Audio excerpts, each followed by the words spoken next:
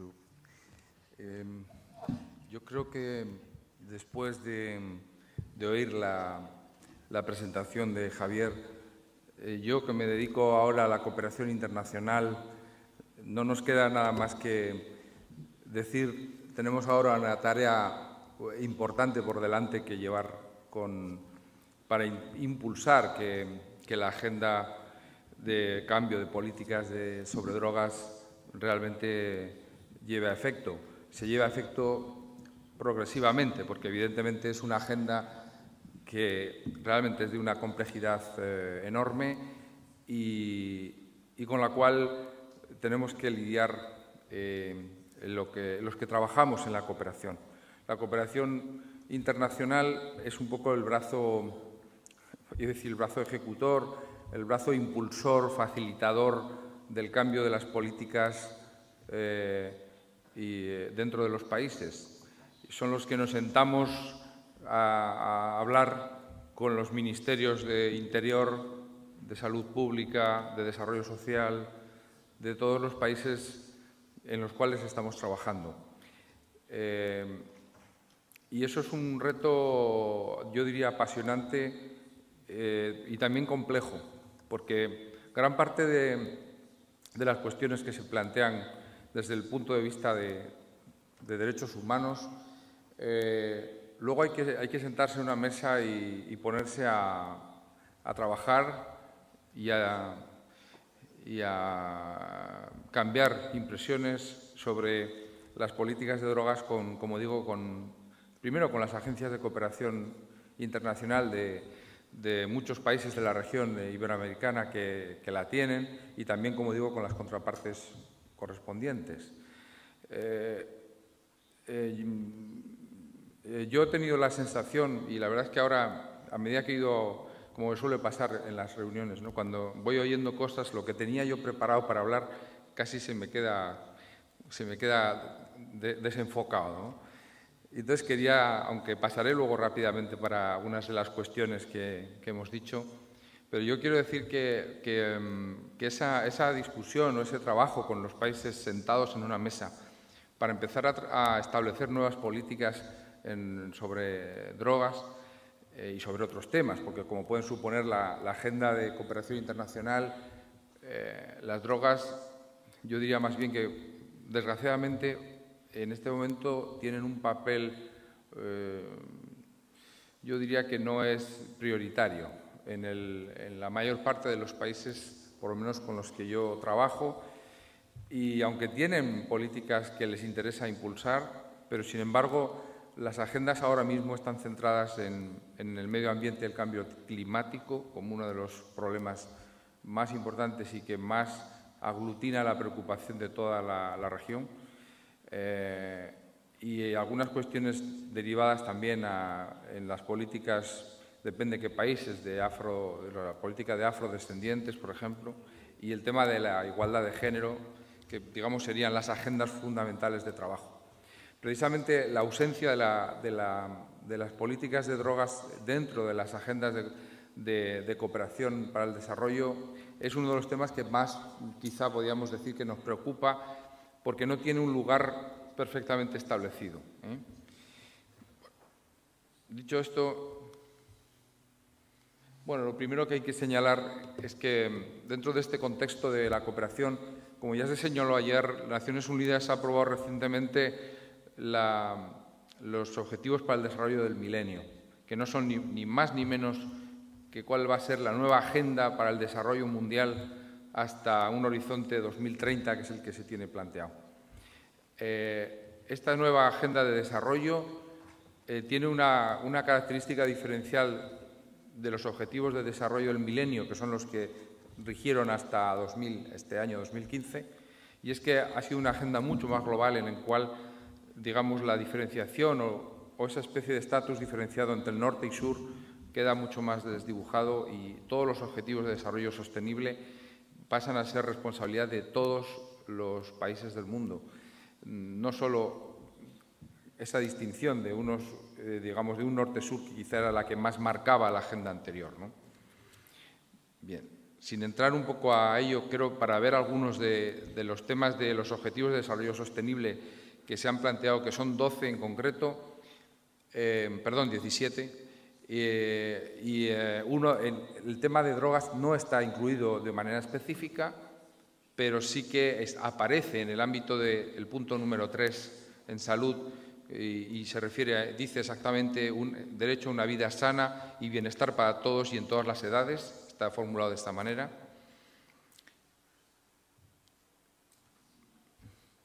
Y luego habría que señalar otro objetivo de desarrollo sostenible que se refiere a la cuestión de los... bueno, ahora lo tengo, sí. El 16, promover sociedades pacíficas, facilitar el acceso a la justicia para todos y crear instituciones eficaces, responsables e inclusivas. Que eso tiene que ver un poco con la nueva agenda de las políticas sobre drogas dentro de los países de la región. Promover, digamos, instituciones fuertes y instituciones que son capaces de trabajar con el problema de las drogas.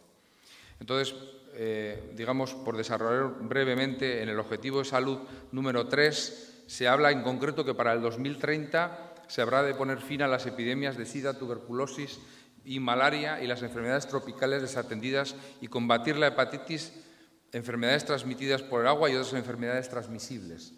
Eso es un poco lo que se dice en una de las metas a conseguir en el objetivo de salud.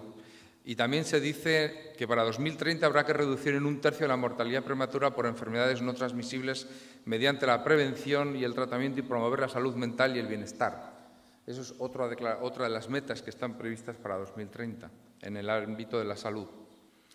Y hay una referencia específica en una meta que es fortalecer la prevención y el tratamiento del abuso de sustancias adictivas, incluido el uso indebido de estupefacientes y el consumo nocivo del alcohol. Hay una referencia expresa en una de las metas de salud que es importante, en la cual se establece un poco lo que es un fortalecimiento de la actividad de la prevención, del tratamiento de las sustancias, y también hace una referencia expresa al consumo nocivo del alcohol, que eso es importante. Y luego, por la parte del objetivo 16, habla, como he comentado antes, del fortalecimiento de las instituciones, ¿no?, para crear capacidades en los países para poder intervenir sobre las políticas de delincuencia, terrorismo, etcétera. Bien. El otro gran aspecto importante que guía la cooperación internacional ha sido lo que se ha venido a llamar ahora los bienes públicos globales, que es interesante señalar brevemente que se están definiendo cada vez más dentro de lo que es la agenda internacional la existencia de unos bienes, se les llama así, bienes públicos de ámbito común y que todas las comunidades del mundo se benefician de ellos, ¿no? Entre ellos están, por decir algunos, el desarrollo sostenible y el medio ambiente como bien público global, la paz y la seguridad, la estabilidad económica, financiera internacional, la salud global, el conocimiento y la diversidad de las expresiones culturales, por poner un ejemplo de lo que se consideran bienes globales. Este tipo de agenda referida a los bienes globales es una agenda común en la cual, y en la región sudamericana se ve mucho, cada vez hay la sensación de los países de que tienen que abordar la intervención sobre, por ejemplo, en el caso concreto de la salud global, en el ámbito de las drogas, por ejemplo, de que tienen que intervenir sobre este problema, pero sin embargo saben que no lo pueden hacer solo, que necesitan establecer una agenda de cooperación entre los propios países en lo que se ha venido a llamar la cooperación sur-sur, que he comentado ayer en el debate brevemente, y por otro lado se da la paradoja de que los propios países de la región tienen un cierto recelo a trabajar y a coordinar y a cooperar con los propios países de la región para establecer políticas comunes en materia de drogas. Eso es un hecho importante. El principio de la no injerencia en los países y en los estados, yo creo que allá en Sudamérica es una cuestión realmente relevante, porque a veces genera muchos recelos a la hora de establecer políticas comunes, que es justamente uno de los aspectos que la cooperación internacional, la que viene de los países desarrollados, digamos, queremos intentar trabajar, la existencia de unas políticas de cooperación en la región y un poco que los problemas se aborden de manera global, como es en el caso de las políticas de drogas.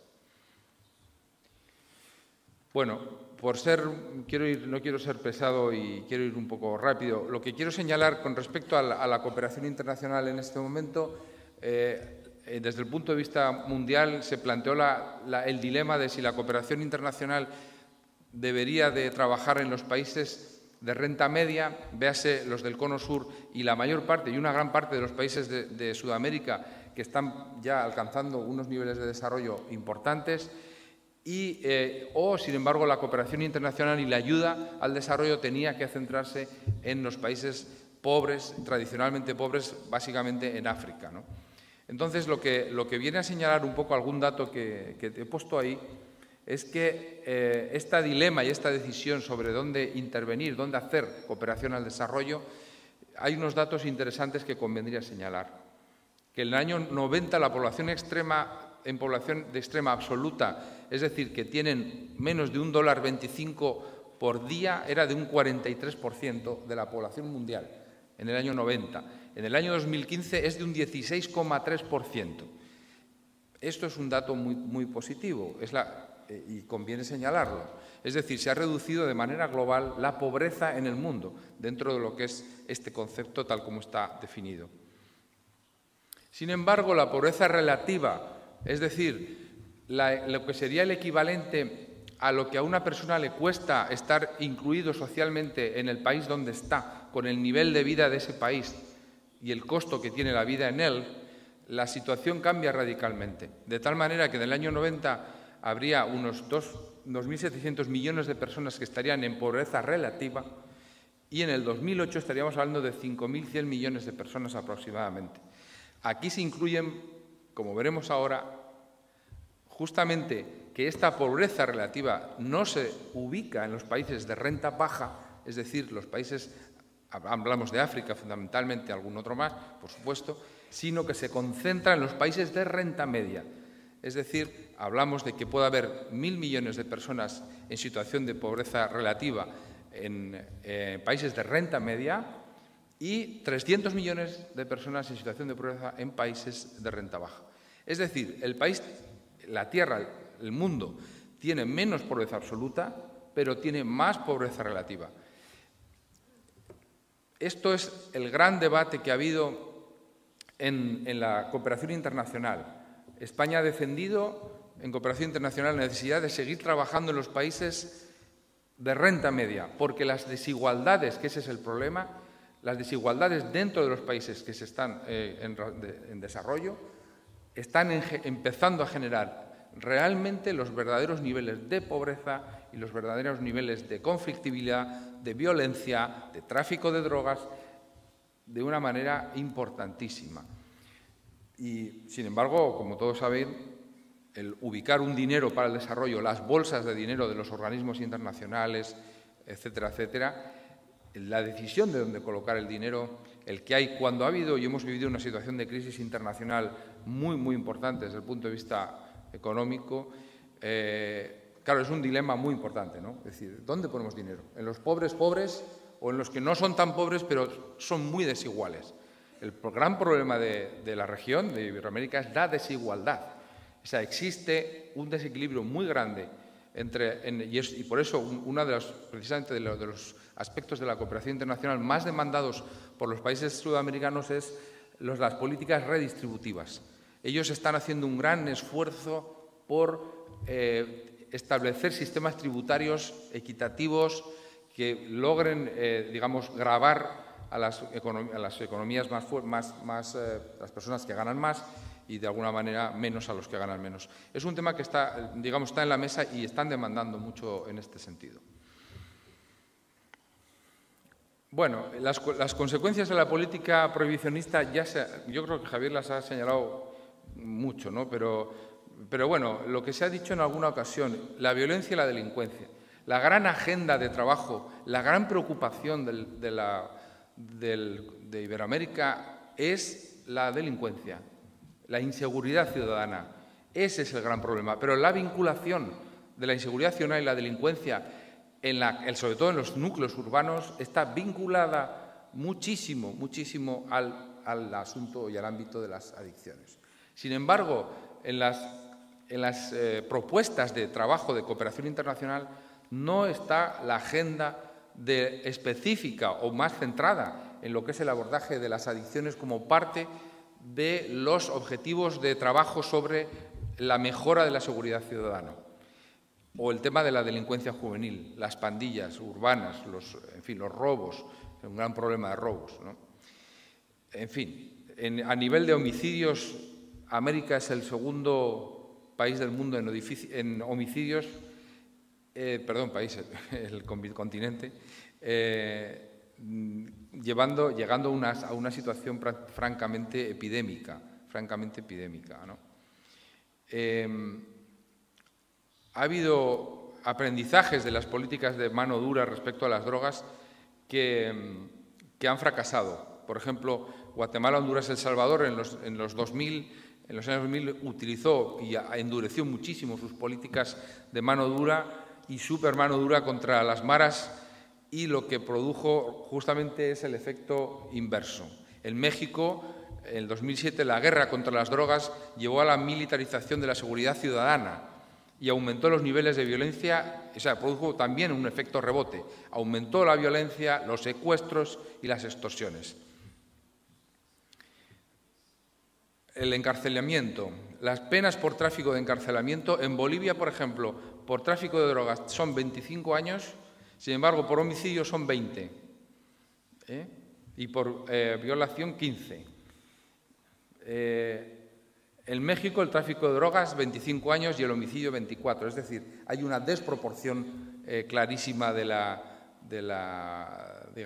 sentencias, ¿no? la desproporción de sentencias, ¿no? Lo que ya se ha comentado, que ha dicho Javier, las mujeres en prisión. Hay un incremento exponencial de las mujeres dentro de la prisión, en la población femenina.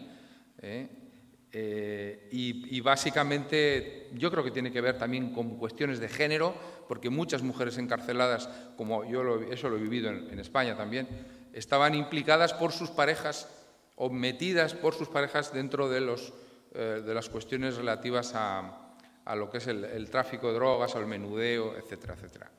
En fin, que eran como víctimas colaterales de todo el proceso, ¿no?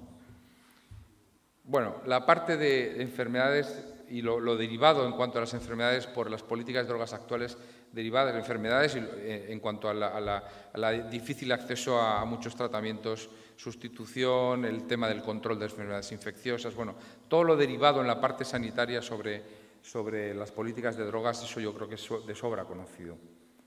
Entonces, al final, bueno, lo que vino a señalar, lo que yo quiero decir es que en este momento estamos en una situación general en que, con la aparición de los bienes públicos globales como objetivos en los cuales podrían estar las políticas de drogas, o deberían estar, se puede hacer y armar una agenda de cooperación sur-sur entre países de la región, apoyado por la cooperación internacional, para establecer una nueva agenda de trabajo sobre las políticas de drogas en el terreno.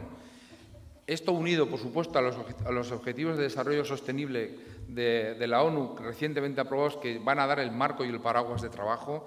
Y luego, por otro lado, apoyándonos, como digo, en la cooperación entre los países, que yo creo que es la única manera de cambiar la agenda en Iberoamérica, iría en este sentido, ¿no? Una cooperación entre países de la región, con un apoyo desde el ámbito de la cooperación internacional. Yo creo que sería un poco el nuevo escenario posible para ello. Lo que a mí me preocupa realmente más bien es un poco la sensación de que tenemos que abrir un poco desde el lado europeo, abrir la visión hacia lo que está pasando en Iberoamérica, que es quien está sufriendo realmente, como bien ha especificado Javier y lo ha mostrado, es lo que están realmente sufriendo las consecuencias de la política de drogas. Aquí también se sufre, pero es diferente, eso en otro ámbito. Los muertos de un lado quizá no valgan lo mismo que los del otro, como se decía ayer, ¿no? Y eso yo creo que es un tema realmente importante. Yo animo desde aquí, y se lo dije al organizador, a Jean-Pierre, le dije que ojalá hubiera más foros de este tipo aquí o donde fuera en Europa para poder mostrar cómo los efectos de las políticas de drogas, que de alguna forma también llegan acá de otro modo, pero la necesidad entre todos de empujar un cambio de agenda. Yo creo que eso sería realmente importante. Yo ya dije ayer que a mí me preocupa, yo he visto representantes de la Unión Europea en Sudamérica viniendo a hablar sobre la cooperación y la ayuda que van a dar la Unión Europea, que va a dar a Iberoamérica, y realmente me ha preocupado un poco la falta de sensibilidad y conocimiento del terreno de lo que está ocurriendo en este tema. Yo creo que es una agenda importantísima, ¿no?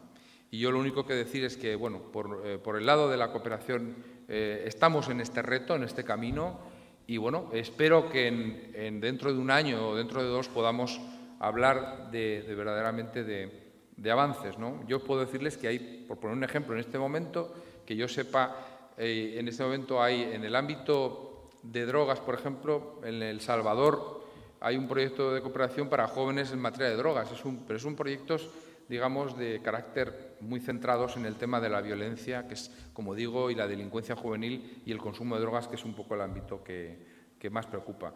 Pero no hay un replanteamiento global de políticas que, digamos, es un poco lo que ha hecho Uruguay, que lo cual yo por ese lado lo aplaudo, ¿no? Pero también tengo la sensación de que yo vivo en Uruguay, de que está un poco solo con esa reforma Uruguay. Está rodeado de dos macro países como son Brasil y Argentina, y ahí está Uruguay con su reforma que todo el mundo está mirando, pero mi sensación es que ahora mismo está un poco solo. Deberían de internacionalizar más, un poco quizá internacionalizar más esta reforma, que la cooperación se lo hemos ofrecido. Le hemos ofrecido a Uruguay decir, mira, vamos a hacer reuniones subregionales o regionales que conozca más todo el mundo esta agenda, empezar a montar una agenda de cambio. Ese es un poco en la política en este momento que estamos de cooperación. Y por mi parte, nada más, muchas gracias por su atención.